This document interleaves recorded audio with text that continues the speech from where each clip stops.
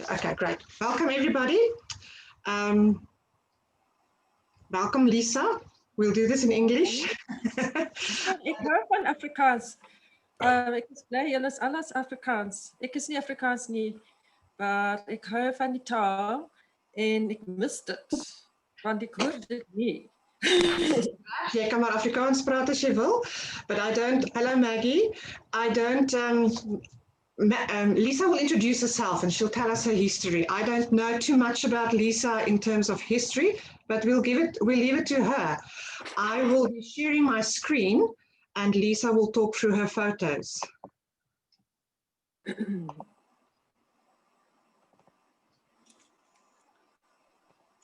Just enlarging that one, Lisa, then you can start. There we go. Lisa, all over to you. Oh, so must I just comment on the first photo? Yes, well, there you start. Is that your history? Tell us about that. That's me in the pottery, where I basically pretty much grew up in a pottery, in my parents' pottery, which I never really learned much about pottery, but I got very familiar with the feel of being in a pottery and the smell of it. And there's certain gaps in my knowledge, but the general smells and feeling of a pottery have just been with me ever since I can remember. Well, tell me, how old were you there? I think I'm about 3. Okay, and where were your parents' studio?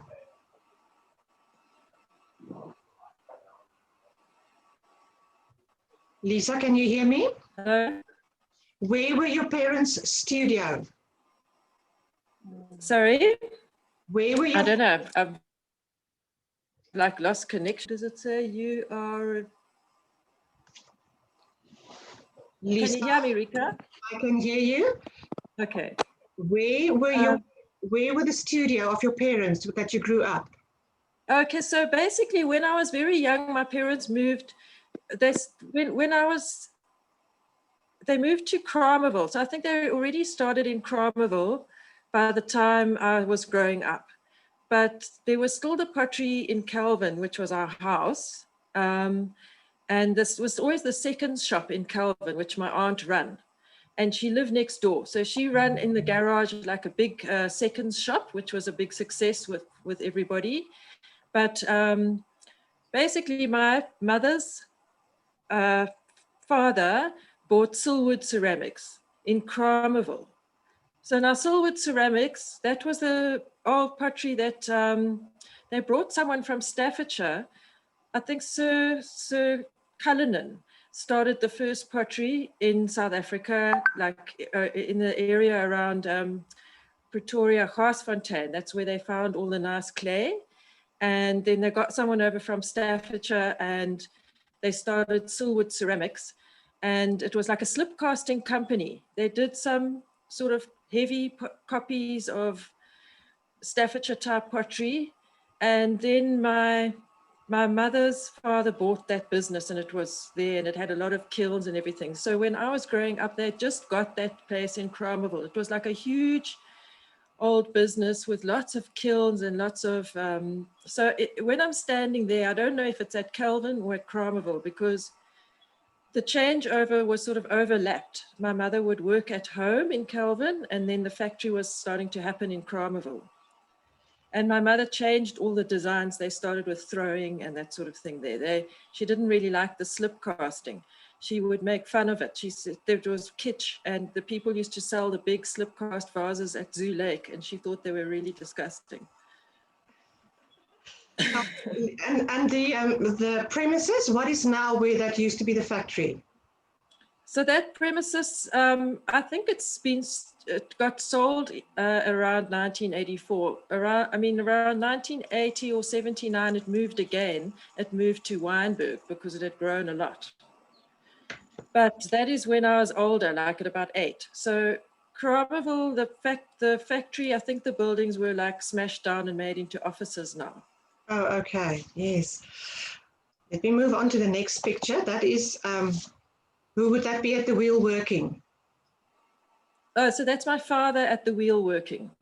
Doing a demonstration. So that's early days in South Africa, like early 1960s.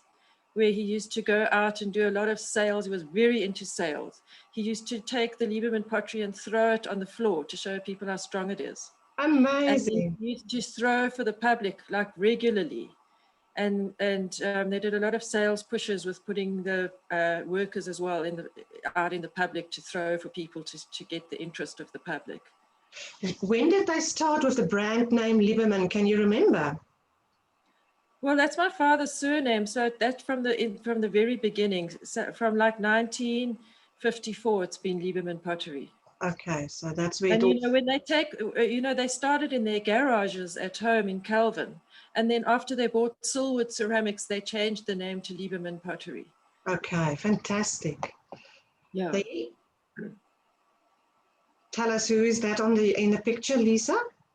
Okay, so you're on the third picture, right? Yes. That's my family. And on the left, the smallest boy is my father.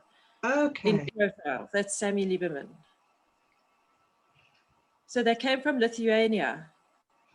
They're a Jewish family from Lithuania. And when did they arrive in South Africa? My father was born in South Africa. So my grandmother came from Lithuania, and she is in the middle of the picture. Okay, so your father was born here? Yes. Okay, great. Let me move on. There we've got you cutting a bird feeder. Yes, that's me working in the factory in Wynberg. Because that was about 1982 or 3, and there was strikes at the factory. There was a lot of political strikes at the time. So we got roped in to try to finish the orders. Oh my word, that's amazing. What has changed over the years? All people got roped in. I mean, photographers and like friends of the family, we all climbed into the studios into Kramerville factory on the weekends and got into doing pottery. And trying to finish the orders. That is amazing. There we've got a nice big tile, people in the forest. Okay, that's a little tiny section of a frieze of a tile panel that I left behind in Klet that my mother did. I often didn't get enough photos of things, but that was my mother's very distinctive style.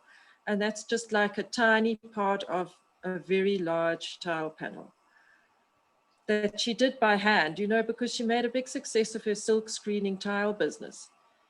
But, and I used to get sick of her pictures when I was little because I wanted my own identity somehow. But that is her original handwork. So I put that in as an example of her work. Okay, sorry, Lisa, I just want to check. What do you see on your screen? On my screen, I see one large photo. What do you see? I see all the little pictures. In fact, because I don't even have my glasses on now, I don't see one big picture. No, not at all. Okay, Maggie, thank you for telling me, because on my screen it shows a lot. I'll just reshare and see if we can have it. Thank you, Rika, because I couldn't follow. It's so small. I do apologize. I thought that you would see it. I'm just enlarging it and then I will share. Because that's probably the problem, because I have enlarged it after sharing. So just give me a moment. I'm just sorting it out. Okay. Okay, let's get back to sharing.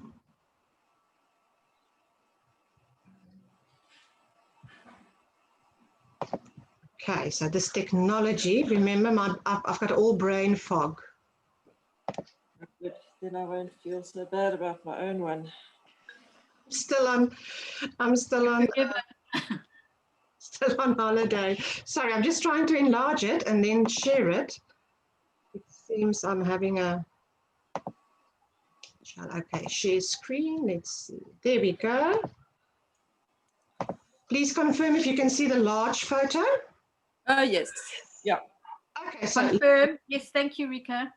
Okay, what I'll do is I'll quickly just flip back so that you can see the first photos where Lisa started. There she told us about her first experiences as a young girl. There's her father doing the demonstration. That's her family, and that's her father on the left-hand side. And then we have herself working, trying to sort out orders when there were strikes. And there's the new tile that you were talking about, your mother's signature style. Yeah, That's a little piece of a big tile panel that I left on a mural that I left on my wall in Plet. That's very distinctive of my mother's style, like her very early style. Yeah. Sgraffito type of work that she based all her tile work on. Wonderful. There we have a large vase. Do you want to tell us about that? Okay, that's like a particular era that I worked in when I lived in Plet. And I was then married, and my husband was doing the throwing, and I was getting a lot of orders for very decorative work.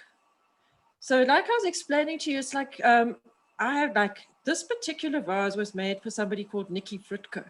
He ordered a lot of stuff, like installations and mass, and that's a really big tall piece. I think it's about 50 centimeters. I can't remember exactly. Okay.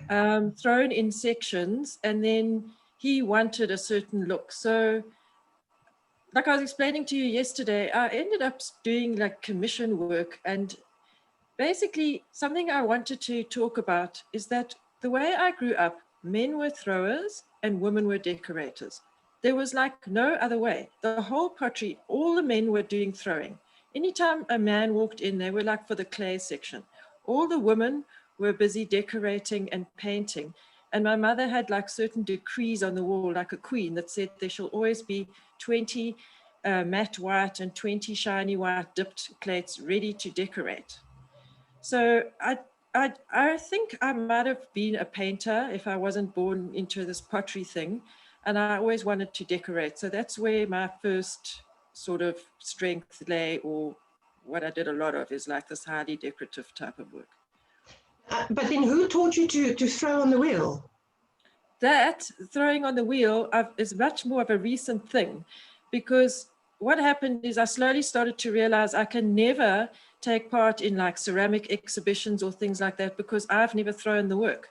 For absolutely decades, I've been decorating the work that other people have thrown. And recently I decided I want to throw. I'm tired of hiring people to throw for me. I want to throw, and I love throwing.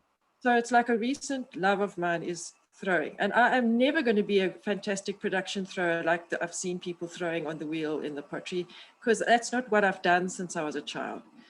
But it's just become this passion of mine to throw. But I still can't throw things like this, you know, I can't throw massive things. I don't have the physical strength. Yeah, it's a I huge... can throw cups, I can throw little bowls, like lots now. Right stuff. There's some basins that we've got, some pictures. And Also, it's the exact same story with the basins. They're orders for clients, and somebody else threw them for me and I decorated them. okay, wonderful. Let's go on. There we've got a set of tall vases that you've decorated. Yes, this also belongs to an era from like about 2010 to 2012, where I did an enormous amount of work for, there's a restaurant in Pretoria, and the chef is Chantal Dartnell. And they ordered for their house in Nature's Valley an enormous amount of pottery, plus plates for their restaurant and installations for their fireplaces, several fireplaces in their house. I did like an Art Nouveau type of thing around their fireplaces on each side. And also these vases all belonged in a series for them. They've got that as well. That was for the fireplaces. And which year would this be, Lisa? What year would this be, production? I think about 2011. Okay, so that's all part of that order. So there's the vase. It's all for the same client. Yeah, Chantal. There we've got a plate installation. Is that yours? Sorry. Yeah, so also same thing with the plates. My friend Brenda threw the plates there. I did the decoration. So I've always been a whiz with a spray gun. You know, even when I was very young, they used to call me the spray gun. Like when I was 2 or 1, because they used to try and feed me and I spat it out. So they said, oh, she's a spray gun. And then I got into spraying large panels, and a lot of my work is done with masks and spray gun. I was given a Parsh airbrush when I was in about 2000, and I absolutely love that thing. So that work was done with just masking and airbrushing. That is amazing. Is that like a luster glaze that I see on the plates? Yeah, it's a very thin luster. It's actually a very thin gold luster. Beautiful. Let's continue. There we've got a photo of the tiles. I assume that's the tiles you installed? Yeah, that's a panel I did for someone in, I think, 2017, and that went around it was like on top of a building, and there's a little wall around the parapet around the roof. It's a video. I'm going to start the video, Lisa. I'm just not sure if it's going to take over the sound.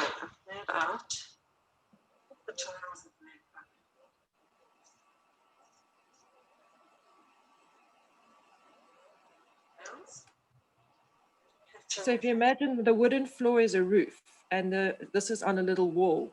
Oh, okay. On the top of the wall. I love how the pattern continues and changes.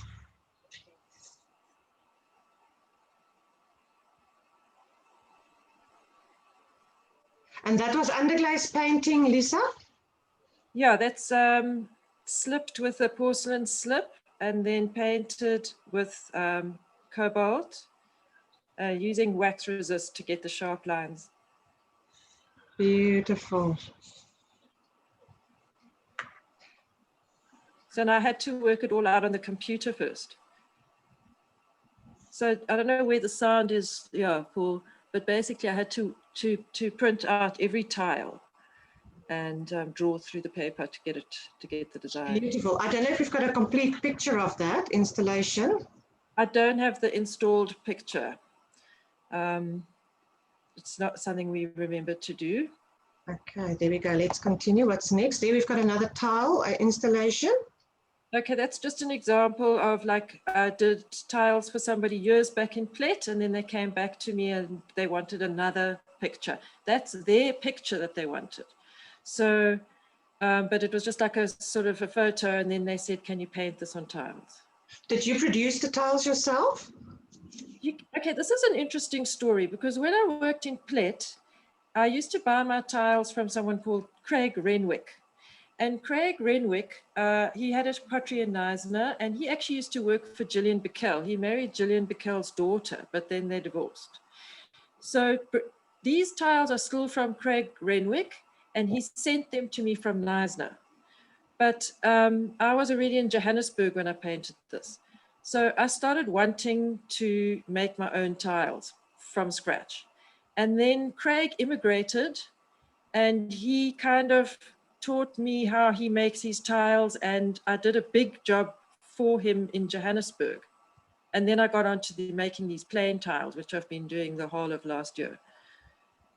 So I basically got into making tiles because I wanted my own tiles to paint.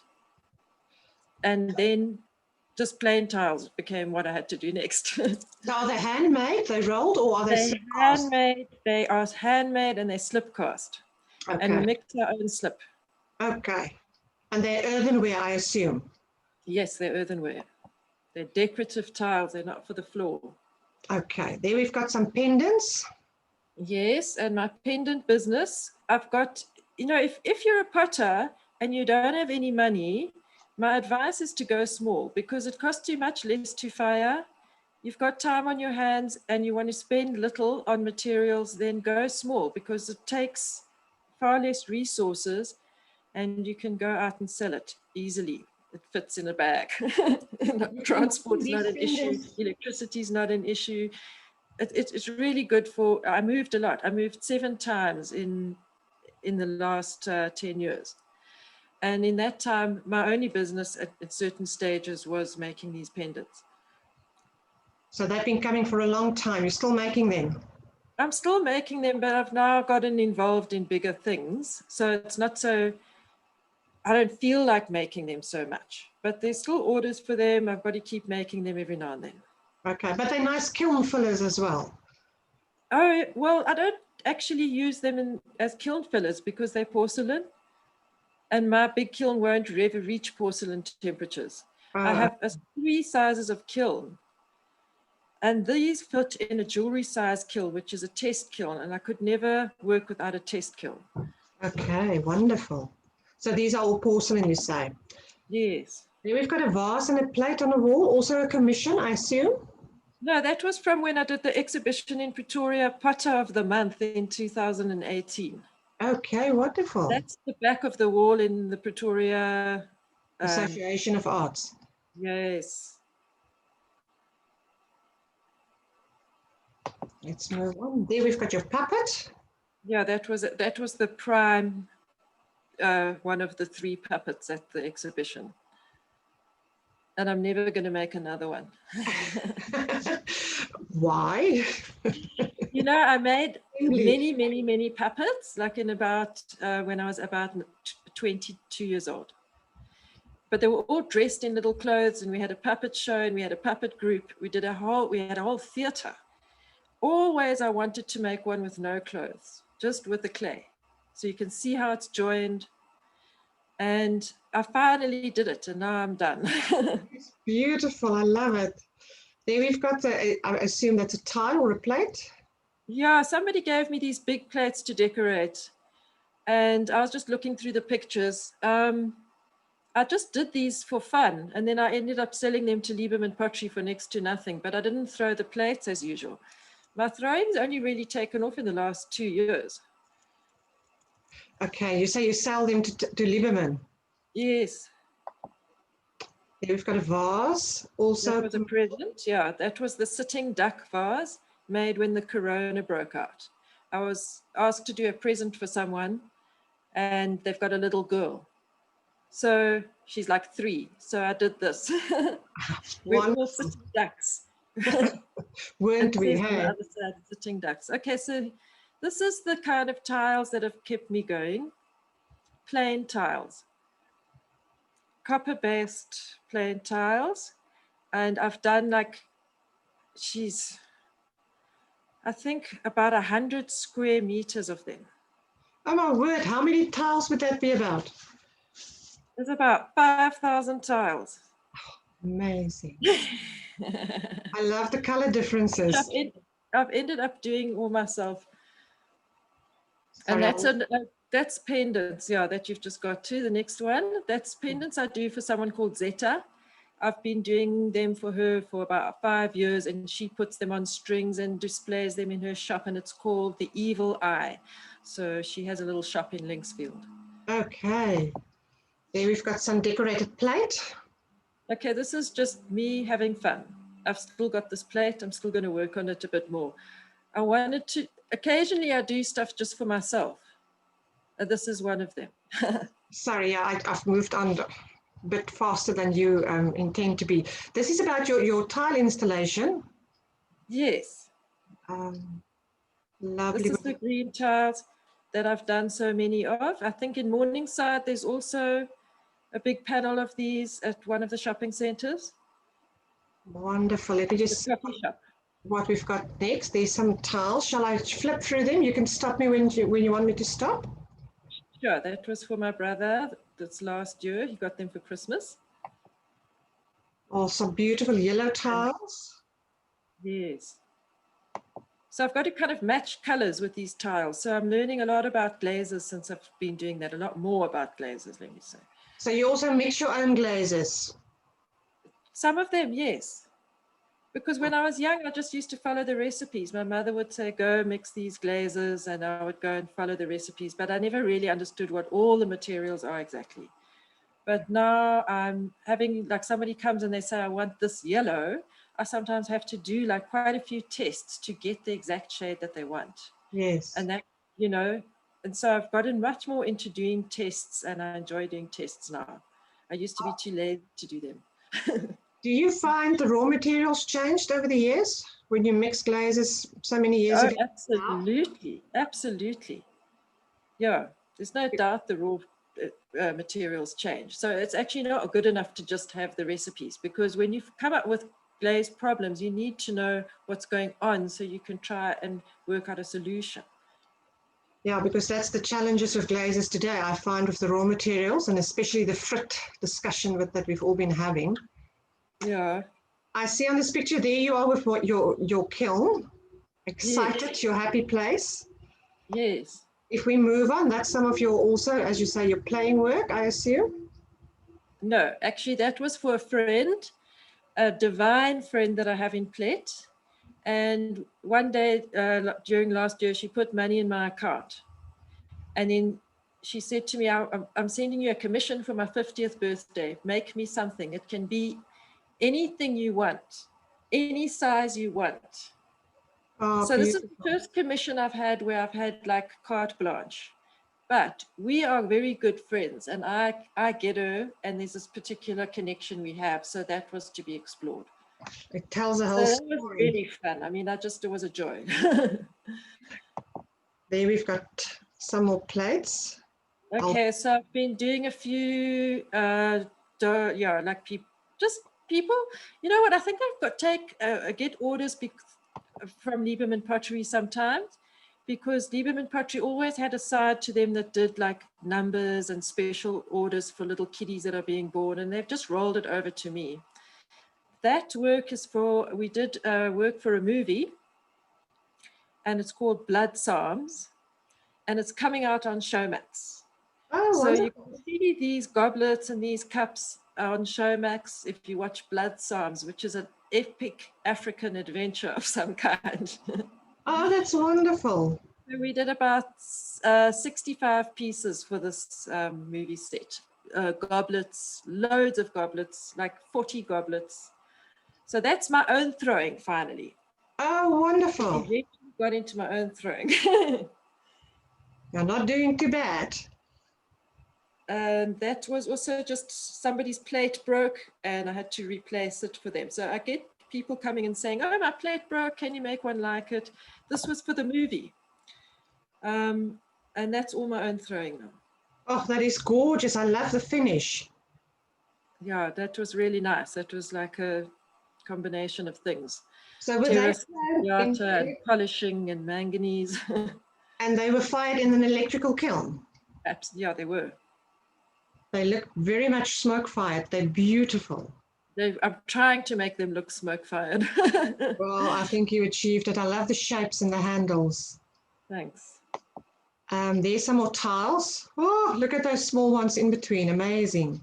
Yeah, that's the kind of thing I also am enjoying doing. People come with designs. They say, I want something like this, and I can make it for them.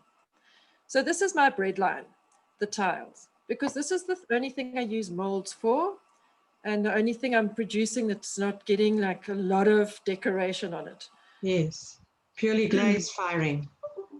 Yeah. Now that's me having fun. How big is such an installation, Lisa? Sorry? How big would such an installation be? Okay, so those are 20 by 20, so 60, it's about 65 centimeters down, about 70 centimeters down, and about 50 centimeters wide, something like that. Okay. We move on. There's an installation of your tiles. Yeah, that's the same tiles, but now they've been tiled. That's somebody's kitchen.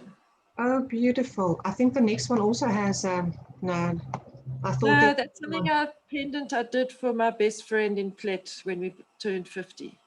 There we go. There's the other installation, the photo that I wanted to show. Yeah, that shows the scale. It's part of the, like I said, I did about 100 square meters of these green tiles. That's part of it. That's one side. Are you involved with the installation, or you just produce and deliver? Not at all. I just make the tiles. Okay. So then when I'm making these tiles, I'm packing the kiln every 3 days. Every 3 days, I'm unpacking and repacking the kiln. Instead of spending like 2 months doing highly decorated stuff and then firing the kiln with all that stress. And I really enjoy like having the kiln firing more regularly, you know, something to look at in the morning. And it also helps to reach the timelines. Yeah, I love working to the timeline because then it motivates me, you know, because when there's no timeline, I just dilly-dally around. But if I know the kiln has to be closed by the end of the day, then I push myself. I won't go to sleep until it's ready to switch on. That's a huge installation. It's a lot of tiles and a lot of work. There we go. We can see it from another angle as well. There's some more numbers. So I'm now branching out, with the numbers into tiles that are decorated tiles that can be cast, that I can employ people to put the colors on for me. So those are all, I have molds for them. Okay. And are you doing that for Lieberman, or is it that's your own work? Well, first I started doing it for Lieberman, but then I just am doing it for myself now. Until Lieberman orders a set, they said they might. They're a bit slow selling at Lieberman, because Lieberman's got to put on 100% to sell in the shop. Yes, whereas if I sell them, it's much more viable because it's just a meat to the customer. Absolutely. Let's see, there we've got another decorative plate. Yeah, it's just more examples. All of this is really what is recent work. And that's basically the kind of thing. Okay, this I must just tell you, it's a really good example of what we were talking about, doing whatever the customer asks for. And in this case, the customer was so sweet. It was like a black guy from Hillbrow who wanted a present for his girlfriend. And he was so delighted. And I don't think he's ever bought pottery before. And he ordered it off the internet, which to me was a sign that the online, the website and everything's growing. 600 Rand, and it took me ages. But it was such fun to do because there was so much love between him and his girlfriend, and it was so cute that they loved it. It's let's just do any random thing for people, It's not something I would personally do for myself.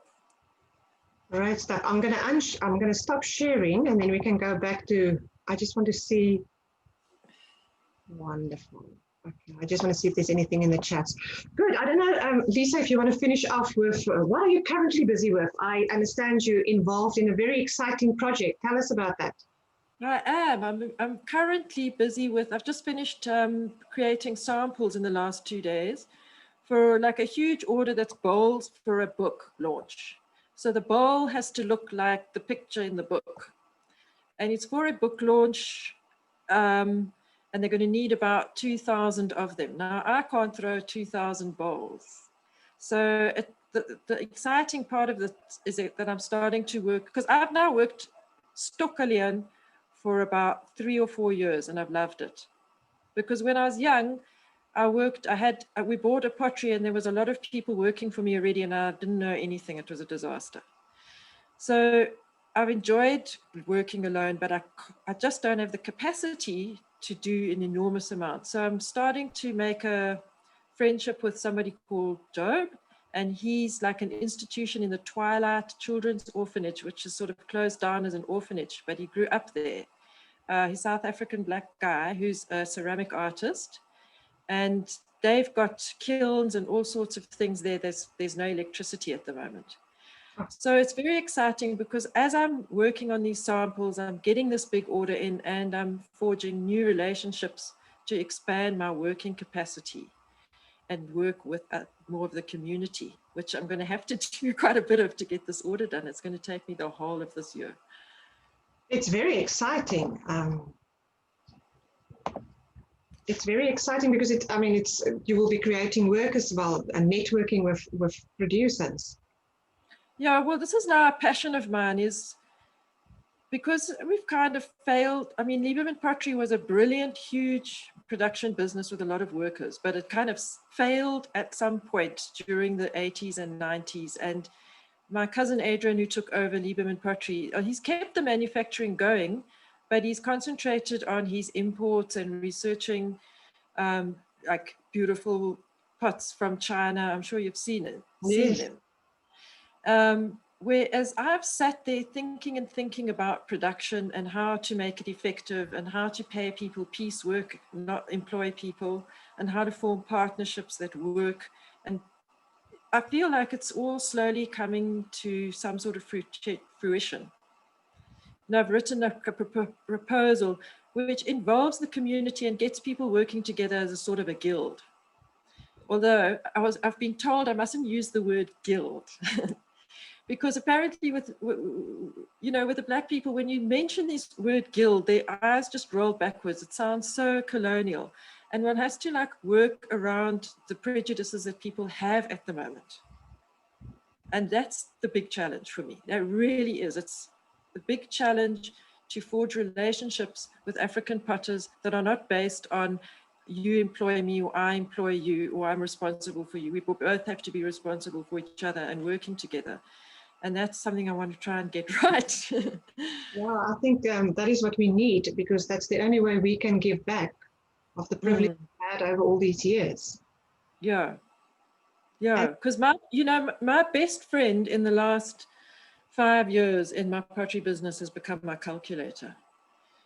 And, I couldn't do math at school. I was bad at maths. I hated maths. But, somebody once really provoked me, a friend of mine, David Onderstahl, and he said, have you costed this job? Have you costed it? And I swear I sat there the whole Sunday, like working out how many things fit in the kiln, how much my clay costs, how much my firings cost, like every detail of how to cost. So I've got my creative way of costing, but without that surety of knowing what things are going to cost you, you can't manage your cash flow. You don't have anything solid to work with. Yeah, absolutely. And sometimes you undersell yourself at the end of the day. Yeah, you've got to be making a profit. Yeah, if you want to start doing this, but you don't have to. So when it comes to my own work, I no longer give a shit whether anybody likes it or not, or wants to buy it or not, because it's a separate thing completely. And I'm not going to be influenced by people pleasing, because I've got a lot of my work is people pleasing. And I love that because I love the people, but I don't want to let that interrupt my creative flow when I do on occasion just play around and do my own thing. And it's so important for the creative juices, Yeah, absolutely. I think we all understand that part. There's two legs to the business. You've got to, on the one hand, do what the customer wants, because that is what keeps the business alive. But that is also what gives you the opportunity to do what you want to do. Yes, definitely. They prop each other up. Exactly. Tell me, Lisa, a question in terms of the tiles. Do you have a high breakage, cracking? Oh, this very much depends on whether I'm making them myself or whether I'm employing people to make them. So when I'm working by myself, I have a very low percentage of rejects. I have sometimes opened my kiln, I don't have one reject. Okay. And there's like 180 tiles in there. Amazing. But I've sometimes had 90% rejects, which has been disastrous financially. Absolutely. Is there a special thing that you... or something? I work out 10% rejects. Okay. And what do you do to ensure that your tiles don't break? Do you fire them on silica, or do you fire them in a specific way? I have all these tile racks. I have tile racks. Some of them are really old. Some of them are 40 years old. Some of them are 50 years old. Some of them are Peter Kroll's old tile racks. And some of them are brand new that my friend Peter Onderstahl has produced for Craig Renwick and I to fire specific tile sizes. Wonderful. Yeah, at a stage you must share us some pictures just of, what it looks like, because I don't know if there's many other tile producers in South Africa that do unique and bespoke tile orders. No, I think there is, because Craig Renwick was working in Knysna and he did sell his business to somebody. So it is still running. Yes, and I would say we're pretty closely associated from like years of working together, that we've ended up using the same kind of glazes and the same clay body. Yes, because I know like the clay pot in Cape Town, they do those lovely decorated tiles as well. And in definitely lots of tile makers, but not more than the market, because there is a market for beautiful handmade tiles. Tell me about the project with the dentists. Okay, so this is just like, of all the weird and wonderful orders that I get, one of them is in the process of developing a little dental plate, which is for dentists to practice on. Now, currently the dental students receive this plate manufactured in China, but we want to produce things here. And it's got 3 layers of hardnesses and little pictures of the shapes of the molars and such like on it. So when the dental students practice their drilling technique, they're doing it on a little ceramic tile before they're actually doing it on your tooth. Oh, wonderful. At least they can practice. Yeah, so so many strange things you would have never thought of that there's actually a market for in ceramics. So you were involved in developing the material so that you can get one tile that has 3 different layers of strength. So yeah, so I've done a sample with 3 layers of string. So I just took my slip and then I just added like a bit of a frit to my slip, like 10%, and then I added some whiting to that, again 10%. So I had 3 different layers of slip that I poured on top of each other. Okay. Now my friend Onderstal, who's the actual ceramic engineer, I am not, has taken my recipe, then he's got to like work with it and work out what our recipe should be to get to the desired hardnesses for each of those substances and what they should be fired to, because he asked me for 5 of these plates, and then he fired them to different temperatures and checked their hardnesses. It's So it's like totally technical. There's like nothing creative about it at all. Well, it's very interesting because, I mean, just to get the 3 layers of clay to adhere to each other, you know, kind of, and have a different hardness, that's very interesting. Yeah, so once he's worked it out, then I'll do the slip casting of it for him. Okay.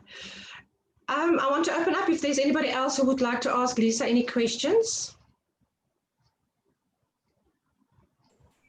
Hi, Lisa. Hi, Amelia here. Lisa, I want to know your tiles. Do you bisque them high and glaze low, or do you do green glazing?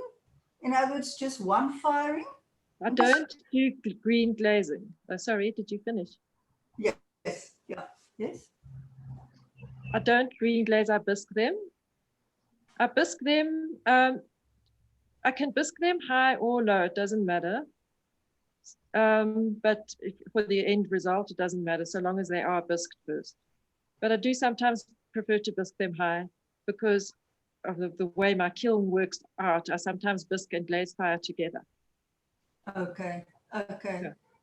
All right, because your colors are quite bright, and it's probably old school, I'm not sure, but I think that the colors in a low glaze tend to be much brighter than a high glaze. So it makes sense to me to bisque them high and then glaze low.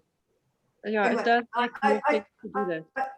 Yeah, I don't make tiles, but I love your work. It's really beautiful. And then I quickly want to know as well, because I can't really remember, did Wendy Gers include your dad's pottery in her book about the pottery? I don't have her book. I want her book. I'm sorry. It's completely sold out. I have a copy. We must ask her. Yeah. I have a copy. I will check. Okay. Yeah, I can't remember. Quite honestly, I can't remember. Quite honestly. But she did interview us extensively. My mother was still alive. From about 2000 and something, she was coming to our house in Cape Town to interview myself and my mother and my sister. And then she came to Plet when I was there and looked at our pottery there. Okay. What I'll do is I'll check in the book, and if there's anything on there, I'll take a photo and I'll post it on the group. What is in there, if there's anything about Lieberman. Okay, but she did send me notes. I found them on my computer recently. She sent me a lot of notes that she made that are very interesting. So I have those, and I also have written a book about Lieberman pottery, but it's like really my own perspective. It's not very long. But a friend of mine has said to me that he will edit it and I should publish it this year. So it looks like it's going to be coming out. Oh, and I want to include Wendy Gers's, I don't know if it's in her book or not, but she's written such a brilliant history about Lieberman pottery that she sent me that I want to include it. So I do have to get in touch with her and ask her permission. That would be amazing. But I'll have a look in the book and I'll send you whatever is in there. Okay. So we can look forward to a book of the history of Lieberman. Yes. How exciting is that? Oh, I love it. And with lots of photos, because those historic photos of the buildings and the processes, I just love it. I hope so. I wish I had more, but yeah. I recently bought a book by Professor Duffy on linware, and the book has got all these photos of the buildings and the workings. and the beautiful pieces, but it also has recipes in there. I was amazed. It's the most gorgeous book. Yes, yeah, I know the history of Linway.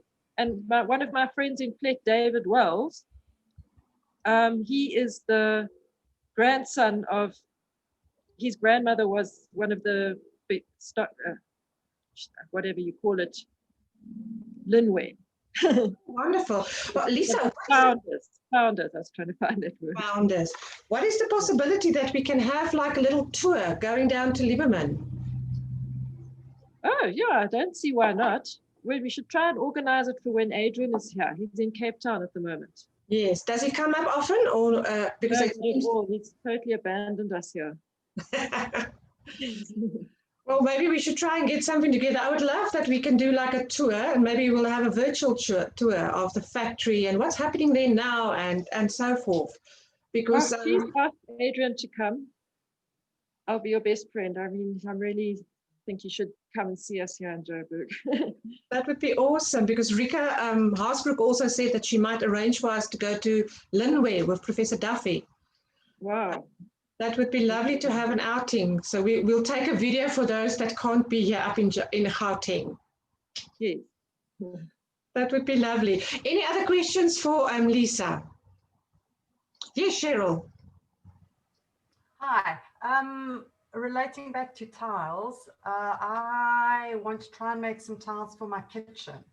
And I was wondering if on the back of the tiles you leave them flat, or do you put those grooves in that you see on commercially built tiles? So because my tiles are just wall tiles, I don't put those grooves in. So mine will wall tiles, so I don't need to worry. Because if you use you get such good products now, and the tiles are quite light and they do stick like very well, so long as you use the right groutings. And you know what, I probably would have put those lines in the back because I would think it would help. But I just took the tile business as Craig did it, and he doesn't put the lines, so I don't put the lines, and nobody seems to have complained. Okay, well that simplifies things. And then I don't have a tile rack. Would you have any tips for firing without a tile rack? I think you'll just have to fire flat on your shelf if you don't have a tile rack. Brilliant. Thanks very much. Okay. Lisa, do you add something to strengthen the slip, something like a malachite? No, but I put quite a lot of grog in. Okay, so it is grog to strengthen it. Yeah, that's what strengthens it. Wonderful. Anybody else further questions for Lisa? Lisa, something last from your side that you would like to share with us? How did you survive? How did you survive last year? How are you coping with this year? You know, I keep saying I am so lucky I've got work. And my son says, why? You're not lucky. Of course you've got work. You try really hard. And I'm like, no, you don't understand. I'm so lucky I've got work. I know what it's like to not have work. You have to live on a shoestring. And, you know, it's not an easy journey to be a freelancer. So I just am feeling very lucky right now to have got these orders in. And I think it's from probably just being at it for 30 years. And people do look me up on the internet, thanks to my son doing this website for me. But I don't know how I survive. I'm grateful to be surviving doing this because I want to be at home with my dog. I don't want to be out in an office somewhere, which, you know, I feel this fear that if I don't survive doing pottery, I'm going to have to go get an awful job. And the thing is, I've never, ever done anything else. So I have to survive. But it's amazing. It's probably your client base that you've built up over the years that's now also your reliant sources. Yeah. But I mean, times are not easy. So it's nothing like we're not in anything we've ever been in before. So I'm just very fortunate that it looks like the next year's taken care of. Wonderful. It's amazing. It's what you put in, I think, is what you get out at the end of the day. And thanks so much for this interview. Yeah, it's been very interesting. Anybody else? Any further questions? I want to stop recording.